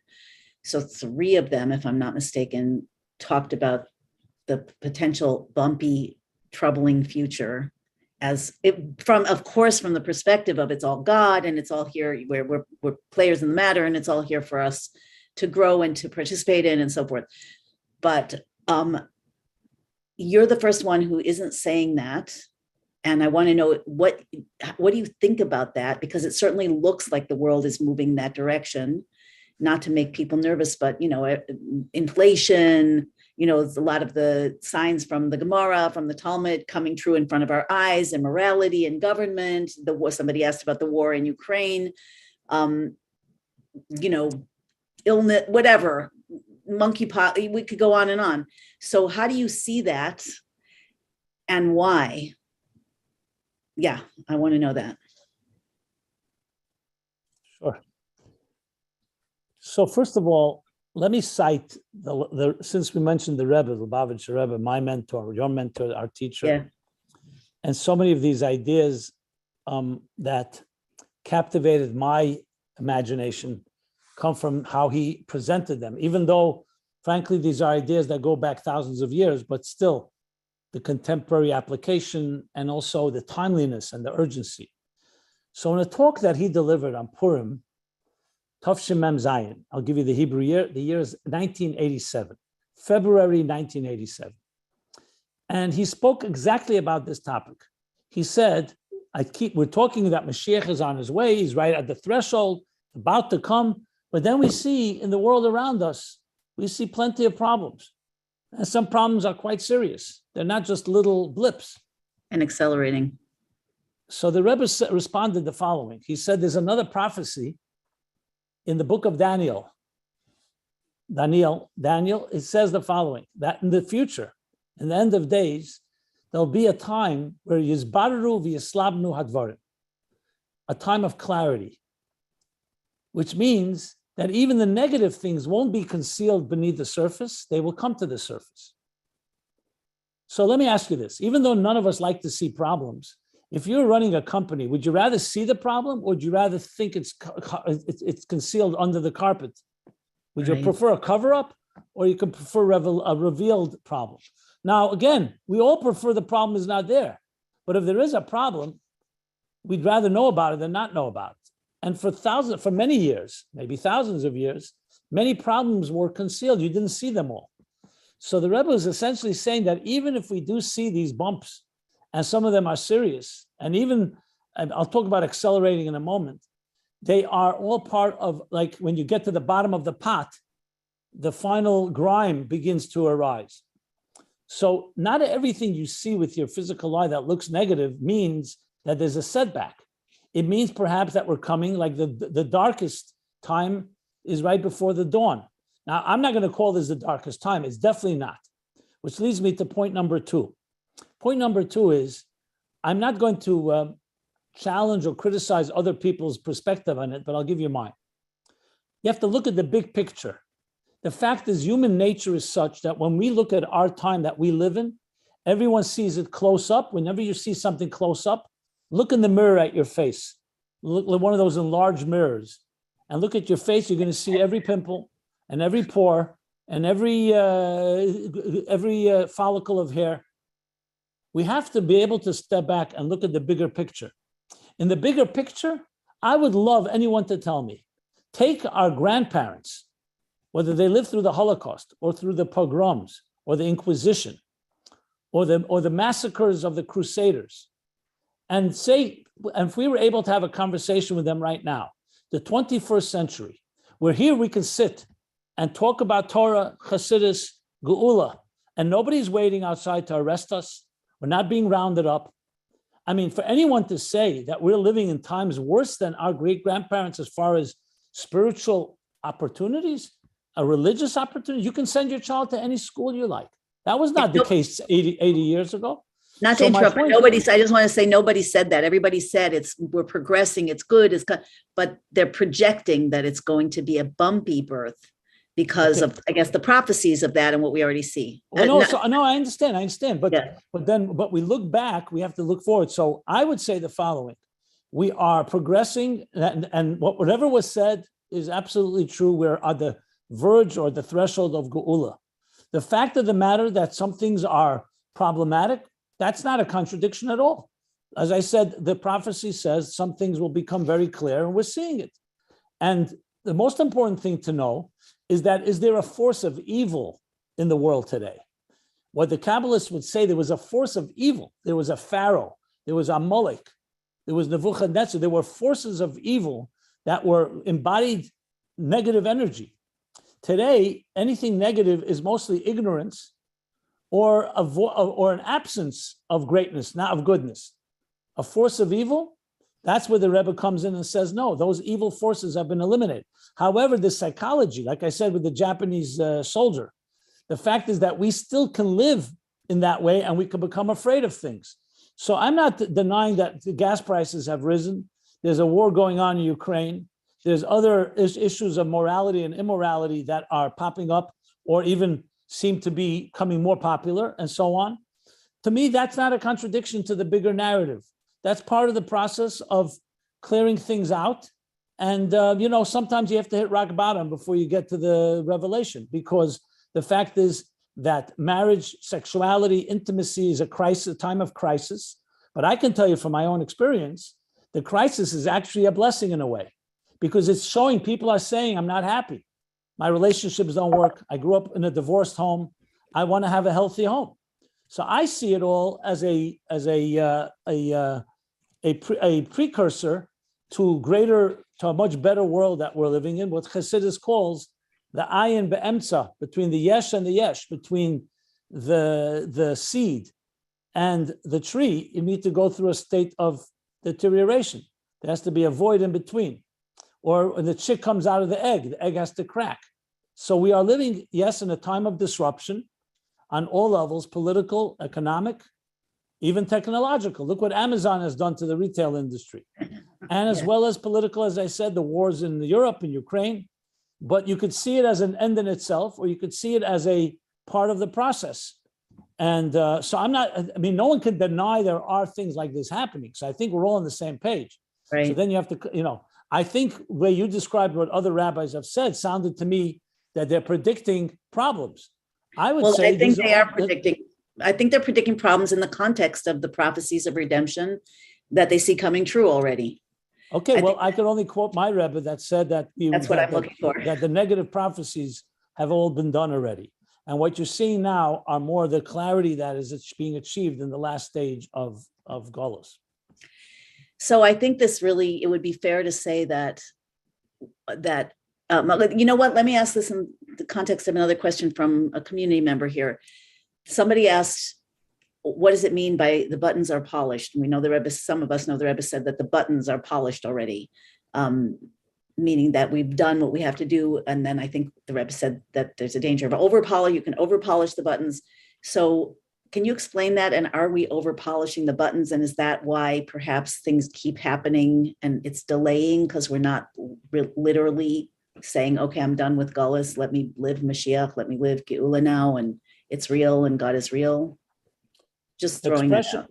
The expression comes from the previous Rebbe's talk he delivered on Simchas Torah 1928. He spoke about and said that when soldiers are ready to go to battle, so they line up, and the last step before they go to battle is that they have to polish their buttons. So it's, in other words, everything has been done, but we need to finish polishing the buttons, and then we're ready to march to the Geula, to the redemption. The Rebbe in 1988, so essentially from 28 to 68, you'd say 60 years later, made the statement, and then he repeated it several times, that we've already finished polishing the buttons. So that's where the original statement comes from. What the analogy is referring to is, as I described earlier, you have to keep in mind that from the time the Jews left Egypt till today is over 3,334 years ago, to be exact. So it's over 3 millennia. Much has happened. So when we say the battles that we had to fight in this dark world, the battles of hostility, of war, of injustice, of oppression, affliction. So when you talk about each exile, starting from the exile in Egypt and going through the Babylonian and the Persian, and then ultimately the Edomite, which is the Roman, and the final Golus, they have been battles. So the previous Rebbe is saying that we have gone through the battles, and now what's left is now the last step is to polish the buttons, which means to prepare ourselves and be ready to go and march into the redemption. The Rebbe is adding that over the last 60 years, from 1928 to 88, we've done even more than that. Remember, 1928 was before World War II. Right. So imagine what that means. So we've gone through all of that. We've added so many good deeds. So now the buttons are polished, and what's left now is for us to open our eyes, to become aware of this Geula consciousness, that we're no longer products of Golus. We're no longer fighting the battles of the past. Yes, there are battles, and all we need to do really is to come to a point of recognizing the angel, the beauty within you, the divine forces that are actively working within you, and do whatever you can to spread that to anyone you can reach. And there's no reason that we can't do that, because we have no enemy that's stopping us. You can go online, each of you right now, and you can send 1 million, 100 million, 8 billion emails or texts to every person on earth with a beautiful message. There's no one that will arrest you. There was no one that's going to round you up. No one's going to, God forbid, in any way hurt you. Just a simple example. So we have everything in our power to reveal godliness in this world, to reveal the purpose of existence without any enemy outside of us, except your own resistance, your own procrastination, or your own fears and phobias. So in that sense, the buttons have already been polished, and now requires us to act accordingly and know that we have that capacity, and there really is no resistance except within. Yeah, actually, yes, that's and to be fair, Rabbi Winston also, he said that he thinks that we've arrived and it's like we're just on the cell phone. Didn't notice that it's very, very powerful. So it just seems that from what you're saying, and it feels very true, that we are there. It is here, but are we aligned with it? Just like you said in the beginning. But then which means that all we have to do is to align with it at whatever point we can align with it. And then it's peaceful and it's revealed, and that's it. But if that's the case, now I want to bring up another question that Miriam asked. How do you then explain the resurgence of heavy anti-Semitism and other hateful acts? So is that the buttons being overpolished? What is that? No. First of all, I still don't see that as a resurgence of anti-Semitism. Are we comparing it to the Nazis? Good Are we point. comparing it to the Cossacks? Who are we comparing it to? Yeah. I do think that there is a certain latent and cultural anti-Semitism. There are people who may act on it and have acted on it. I don't see resurgence at all, frankly. I see pockets of that still remain, vestiges of things that were always here. And yes, there are anti-Semites in the world. And there are, you may talk about the Arab world, many of them hate Israel. But I also see Israel as a very powerful country. And with all the abilities, the Jews living there, look at the renaissance of Torah. I mean, I don't see any anti-Semites controlling Jews. I see that there is, you still lock our doors, not only because of anti-Semites, there is crime in the world. And there is therefore also, there's also discrimination. And there are prejudices that all come with the racial biases, including anti-Semitism. So I don't see it as a resurgence. I see it as something, when we're living through it, it's terrible. Especially you see people who've been killed by anti-Semites. So I'm not minimizing it, but I would not put that in the context of a resurgence of anti-Semitism. If anything, point out another thing. Whenever there was a war, they blamed the Jews. In Russia and Ukraine today, the Jews are not being blamed. They'd be the first scapegoats, especially by those countries. True. So you can also point out, hey, what happened to the anti-Semitism in Russia? What about Ukraine? Why is that not being used as an excuse that the Jews are to blame for all this? So I'm not justifying the war in any way. Don't get me wrong. I'm just pointing out, if you want to look at the whole picture, I see things getting better. And I think if we as Jews do our job and spread more light and more godliness, that was always the way we fight anti-Semitism, because it's about knowledge and awareness. When people see what Jews stand for, they will be much more receptive to realize the blessing that we bring to the world. Yeah, what's coming through over and over and over and over again, even though there's somebody is saying, what about death? What about where's the physical Mashiach? And you said before that we can't answer that question. We can only assume that there's something more that we're supposed to do.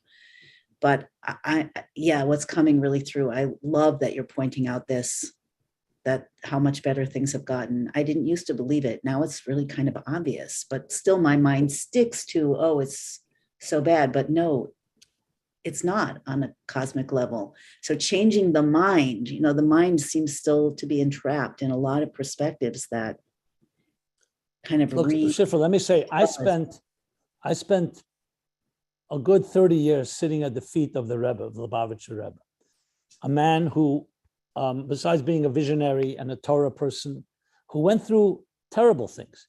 Remember, he was born in Tsarist Russia. So he saw the Tsar, and he saw the rise of Nazism. Before that, the Russian Revolution, the rise of Bolshevism, the Bolsheviks, who tried to eradicate Judaism, and his father-in-law was arrested and almost killed. His father was sent off to exile and died in exile. So he's not a man that was like living in some free country. He saw it all in his young formative years. He was in Berlin when the Nazis started coming to power. He was in Paris when they occupied France. And I saw a man who lost his brother, his father, grandmother, and other relatives in the Holocaust, suffered greatly. And I never saw once, a mention of let's fret over the rise of anti-Semitism. The Rebbe was not naive. As a matter of fact, he always advocated for a strong Israel, a strong army, and not to be naive about the Arab world. He didn't say, oh, it's a world of peace, just make peace with them, give them land. No, it was the opposite. He was very extreme and very strong. I say extreme, I don't like the word extreme, but some people see it that way. He was very strong, that we have to have a strong defense. There's real enemies, there's sworn enemies. That's why you need to take up arms. And yet his general approach was not one, oi, fear, look what's happening, anti-Semitism is rising. It was, we have today opportunities to bring Yiddishkeit, to bring godliness, to bring virtue to every corner of the world, including countries where there may be anti-Semites. And that's what we need to do.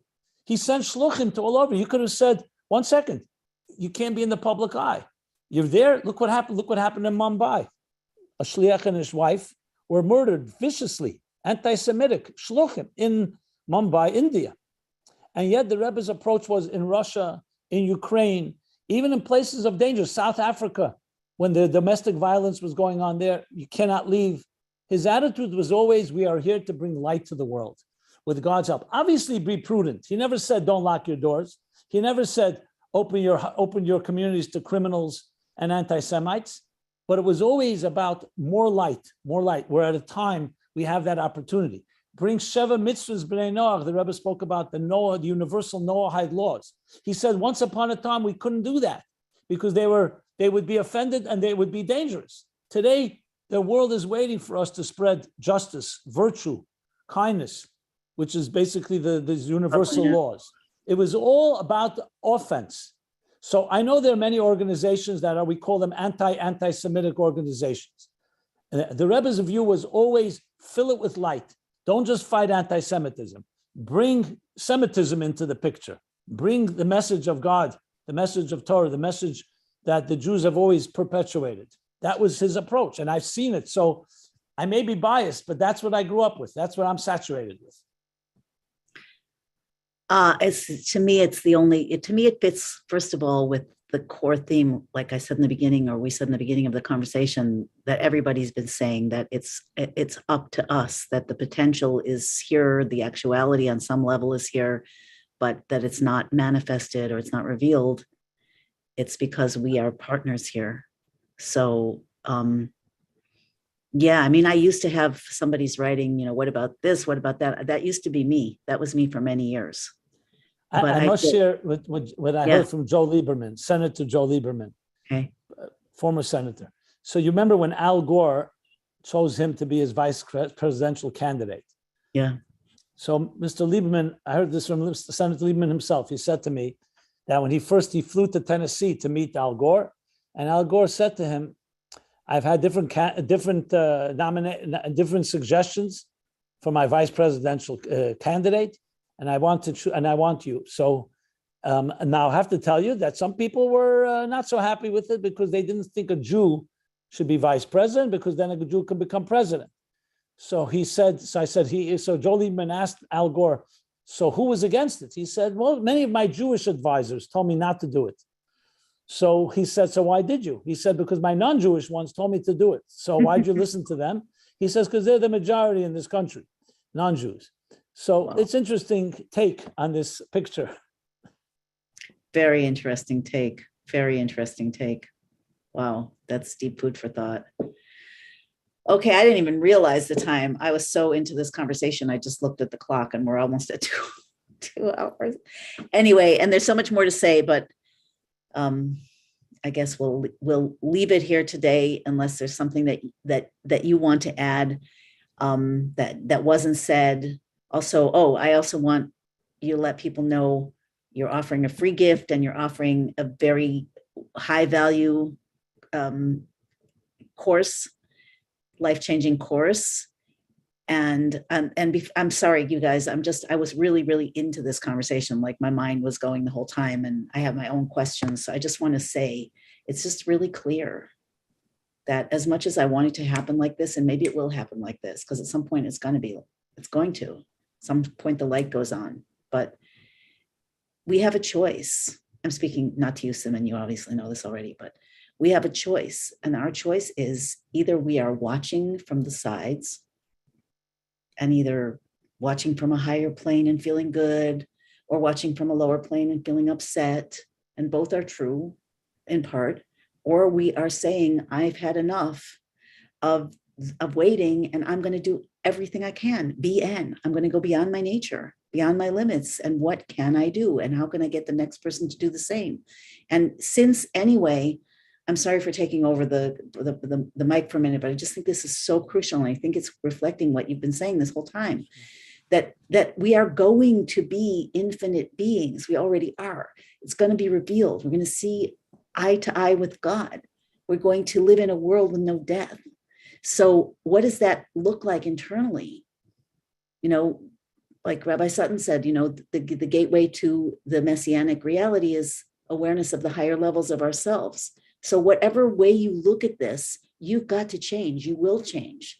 So to what degree do you have to change? How does your change correspond to how the world looks right now? And as you said so incredibly, Simon, the world is getting better and better with all of the craziness, which is also just the dirt coming out, that lowest level coming out, so we can see it, so we can choose. Consciousness always equals choice. So I hope it's okay that I'm reflecting back in my own words, but I feel like this is the one and 2 and 3 and 5 and 10 core point here. And as you said, this is what the Rebbe said. It's not, it's up to us. It's up to us. It's up to us. It's up to us. It's up to us. And what does that mean? And where have we not been who we could be? So yeah, now over to you. Anything else you want to say before we say Lihitraot? Yeah. So first of all, it's time flies, and that's good. And you have no reason for you to apologize that you're immersed in this. That's a good sign, no? Yeah, I guess. This was a very live conversation for me. I'm restraining myself not to keep going. It means you care.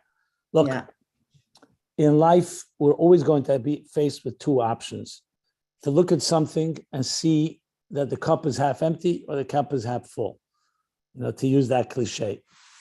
The fact of the matter is, it all comes down to what eyes are you going to look with. If you grew up in a world, in a home, in a world, an environment that was critical, that was judgmental, and that saw things with a negative, with a left eye, with a negative look, then obviously you're going to look at the world and say, hey, look how things are bad, they're getting worse, and so on. However, if you grew up and you've trained yourself to look at things with the right eye, and you say, okay, it may be a little cloudy, but clouds bring rain. And the same with other things. You see it as part of a context, a bigger perspective. And you grew up with that environment to look at things with a positive way. You'll also look at the world that way today. So I'm not being naive and saying that, no, there's nothing negative. Of course there is. I also lock my doors. There's crime, there is death, there's murder, and there's theft, and there's a lot of other problems that we have. We've seen it and we continue to see it. But is that going to define your vision of the world? Is that going to define the vision of the world around you, of your personal world? I met with parents recently and they're telling me, how do we protect our children from all the negative? And I said, so what are you doing now? We don't let them see it. We hide it from them. There's no television. We don't let them read the news. When something negative happens, we don't talk about it. But we only know that's a matter of time, because soon they will start hearing about it. And I said, so that's what they're afraid about. So I said, listen, I'm not telling you to share with them all the negative news out there. Children are children, but it shouldn't be out of fear. If they do hear something negative, you have to know how to teach them that though a storm is out there, we know how to navigate. We know how to ride the waves. We know how to go with the flow. So it's an attitude that nothing can destroy us. Everything everything can be dealt with. That's what you want to empower your children with. Because if you're going to try to protect them only from all the negatives, then when they will face a setback, they'll be lost. They won't know what to do. You have to give them oars, not just tell them we're going to avoid a storm. No, you have to give them the tools and resources to ride through any storm. And that's the key thing that we have to remember. That's what Geula really is about. It's saying to ourselves that the world is going toward a better place. The fact that there's some negatives, and maybe sometimes big negatives. I mean, I've seen tragedies around me, close to me. I'm not denying any of that. I'm not living in a bubble. We understand that. But that doesn't define our reality. That's the anomaly. That's the aberration. And that's really what I think is the key to changing the narrative. We're dealing with a divine narrative as opposed to the human narrative where we can write a script and it could be very depressing, but it's not. There is a light at the end of the tunnel, but as some say, not only at the end of the tunnel, you bring the light into the tunnel as well. So It's all about really transforming even the negatives into a positive and having that bigger picture. When you learn the spiritual view of the world, when you learn Hasidus is the inner soul of Torah, you get this perspective and you cannot avoid it having an impact on you, that it just lifts your way of looking at things in a deeper and more powerful way. And helps you align with, like you said. Yeah. Okay. Sorry, go ahead. No, I was going to mention the offer since you mentioned. I'll mention it at the end here. If you don't mind, right before you do that, yeah, I want you to do that for sure. There was one question that just came in from YouTube. So I'm just going to ask it quickly. Sure. Do you think it's very important to delve as much as possible into the talks of the Rebbe from 1991 and 2, since those were the most recent and and printed in Devar Malchus, or called Devar Malchus, whatever. And I happen to have the privilege to write many of them, so I'm quite familiar with that. My answer to that is it's all context. 91, 92, those talks are important, but you also have to read the ones from 90 and 89 and 87 and 88 and 87 and all the way back to 1950. Why do I say that? Is because the Rebbe gave a big picture over the years. So 91, 92 are part of the picture, but usually if you read them and you don't read the background, it's like not knowing what the whole infrastructure is about. So I know some people read those talks and they don't necessarily have the whole picture, but I think it's part of the picture. So I think all of it is important. I know you can't read them all, it's a lot, but you definitely want to have it in context, because 91, 92 is so-called the conclusion of many years of these talks that led up to that point. So what is the entire paradigm? Right. Yeah, okay. And sometimes you need a teacher to do that, to put it into the proper context. Remember, studying is always contextual. You never take one line and say, oh, that's the whole picture. It's a piece of a puzzle. And it's important, especially if you want to understand the Rebbe well, you need to understand the bigger picture and then how that informs the smaller picture. Okay, so tell us what you have to offer to the community. Okay, so in the spirit of what we're talking about, I mean, the bottom line is there's two choices in life. You could live a survival-centric life, which is all about your needs and survival, or a mission-centric life, which is driven by a mission, that you have a mission in this world. And frankly, living a Geula-dika life with a Geula-dika perspective means you're fulfilling your mission in this world. So I thought it's most appropriate to offer something I recently created, which is called Midlife Miracle. Actually, the word miracle is used, but it's a miracle of discovering your personal mission, because maybe that's the greatest miracle of all, finding your mission, that everything you do in your life is a means to an end. You eat, you sleep, you drink, you live, you shelter, you entertain yourself, you have family, friends, but it's all part of your bigger mission. So this course specifically made how to discover your personal mission. Just like a company cannot function without a mission statement, neither can you. So we call this the Midlife Miracle, discovering your personal mission, and we're giving a special discount on that. So all you got to do is go to meaningfullife.com/miracle, and there you'll find the discount. The code that you put in is Summit22, the summit we're right now doing, we're part of. And there you get a pretty much close to, 50% off the usual price. Check it out. And I think you won't regret it. Right. It goes through, it's an actual formula of how to discover your personal mission in this world. Yeah, it's amazing. And it's one of the questions that people have the most. What is my purpose? What is my purpose? And when you have a sense of what your mission is, it just illuminates everything. So you don't have to memorize that. It's linked or will be shortly under the video once the video is processed. And so you can just go check it out. And also, you have also offered, or you are offering, a free gift to all of the listeners. And I'm just checking to see exactly the name of it. So the Soul Gym. Can you want to talk about the Soul Gym? Yeah, sure. So in the context, again, that just like you need to exercise your physical muscles by going to a gym, different exercises, different routines, hygiene, sleep, and so on, our soul also has muscles. So we have a thing called Soul Gym, which helps you exercise your soul's muscles and provide it with the proper nutrients and vitamins.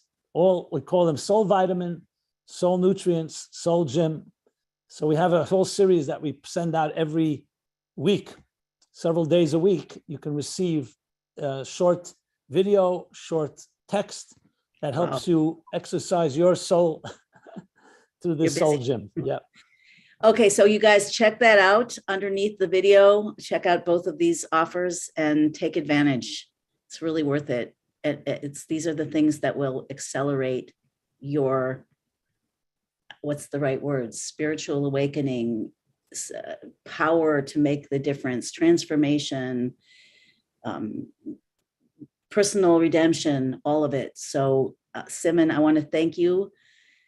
First of all, thanks to the community for being with us. You guys are great. And please go out, go beyond your nature in whatever ways possible.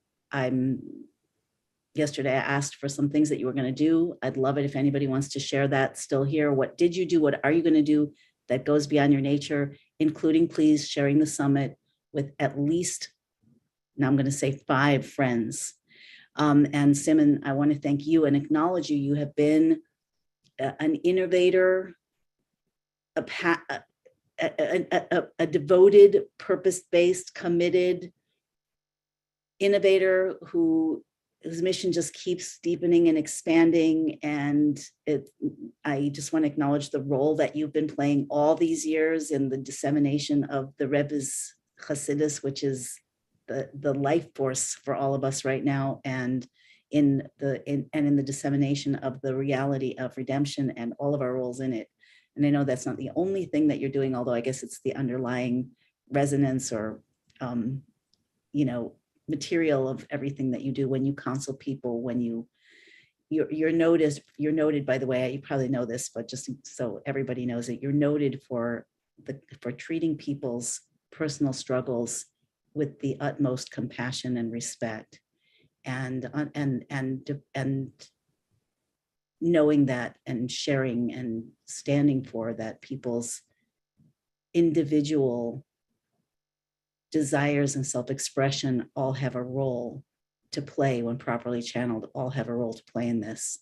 It's not about suppressing who we are. It's about getting rid of everything that suppresses who we are, like you said so beautifully with the Michelangelo. Just want to not only thank you for being every one of my summits for the last 12 years, but for everything that you are doing for all of us. And may God prosper, open your way and bless it above nature, within nature, and may we just all celebrate together in the immediate future. As I say, thank you so much, Amen. And all those that bless are blessed. And I want to bless you, Shifra, with your success, this summit and all the summits, and your great work. As we said, we know each other quite a few years. And what can I say? I'm very humbled by your words. And I feel the same about you. You're doing a tremendous work of bringing healing, light, transformation to this world and to individuals. I know it personally from many different directions. And God should continue to bless you with all the health and all the strength and fortitude to forge ahead. And I want to acknowledge your husband as well, who's behind the scenes here. Thank you for all your work, and continue to go from strength to strength. And may we march into the Geula with our polished buttons and everything else we bring. That's right. Amen. All together. Okay, thank you so much. I'm sure we'll meet